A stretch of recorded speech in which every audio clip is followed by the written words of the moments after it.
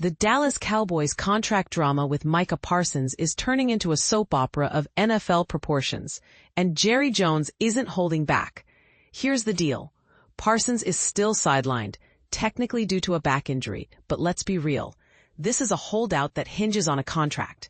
The injury will vanish the moment Jones and Parsons finalize their agreement. Yet Jones, the man who built this franchise into a powerhouse, remains as enigmatic as ever. Has he made a serious push to resolve this? History suggests he's more likely to drop a cryptic quote in his signature Arkansas twang than budge an inch. And time is running out. The Cowboys' regular season kicks off in 11 days against the reigning Super Bowl champs. And Parsons, he's their best defensive player. But here's where it gets controversial. Jones blames Parsons' agent for the stalemate.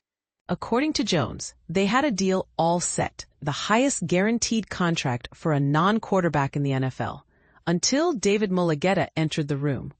The agent told us to stick it up our ass, Jones said, in a very un-Jerry Jones way of phrasing things. But wait, Parsons' version of events paints a different picture. He claims Jones blindsided him in a March meeting, bypassing his agent entirely. It was informal, Parsons said, because the person I hired to handle my business wasn't even there. When Mulugheta finally reached out, he was told the deal was already done. No negotiations, just a wall. And this is the part most people miss. Jones loves this tactic. He lured Parsons in with a leadership chat, then dropped the contract bomb. Classic mama-daddy deal, as Jones described it. You go to mama. She says no. You go to daddy. He says yes. Back to mama and voila, he told Michael Irvin.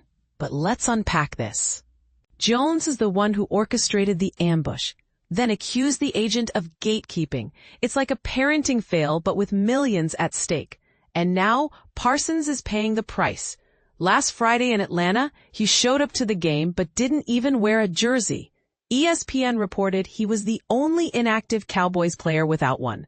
Instead, he munched nachos in the tunnels, flashed a call me finger at Falcons fans, and later napped on a trainer's table during the third quarter.